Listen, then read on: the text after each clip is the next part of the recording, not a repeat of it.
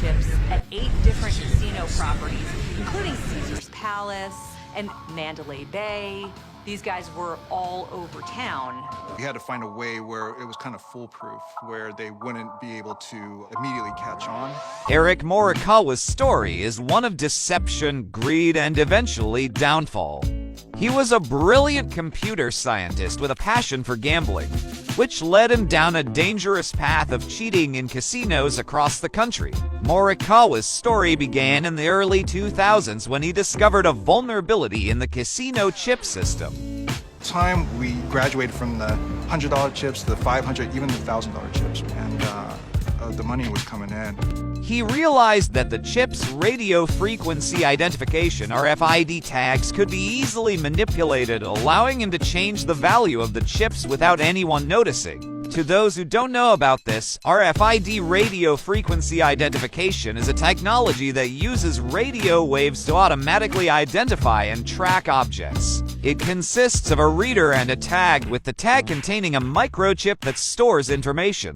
RFID tags can be attached to various objects and have applications in inventory management, asset tracking, and security systems. Some people have concerns about privacy and security with the use of RFID technology. Okay, enough with the discussion, let's go back to our main topic.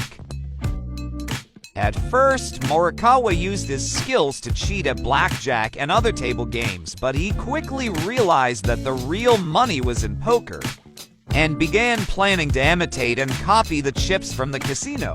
Eric Morikawa's counterfeit chip operation was an elaborate scheme that required the use of various materials to create convincing replicas of genuine casino chips. Morikawa's team used a combination of high-tech tools and traditional methods to produce the fake chips.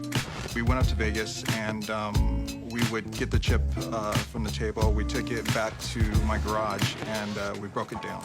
We broke it in half, tried to see what was contained inside the chip. We were trying to make our own chips from scratch, from different clays, injecting metals, and trying to get it that weight. It was hard. It was really hard. The primary material used to create the counterfeit chips was high-quality ceramic. This material was chosen for its durability and ability to replicate the look and feel of genuine casino chips. The ceramic chips were designed to mimic the size, weight, and texture of real chips, making them difficult to detect by casino staff. He began frequenting high-stakes poker games in Las Vegas and other cities, using his chip-faking technique to give himself an unfair advantage.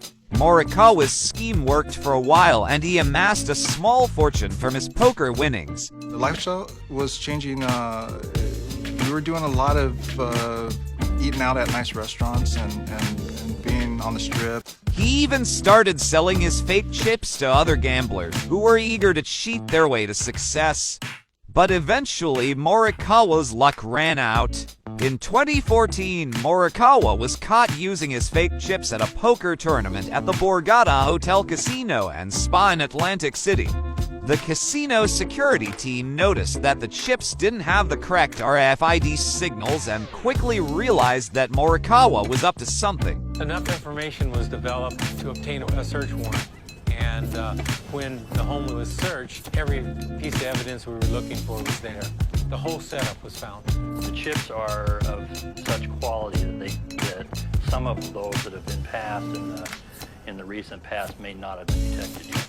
The authorities were called and Morikawa was arrested and charged with several counts of fraud.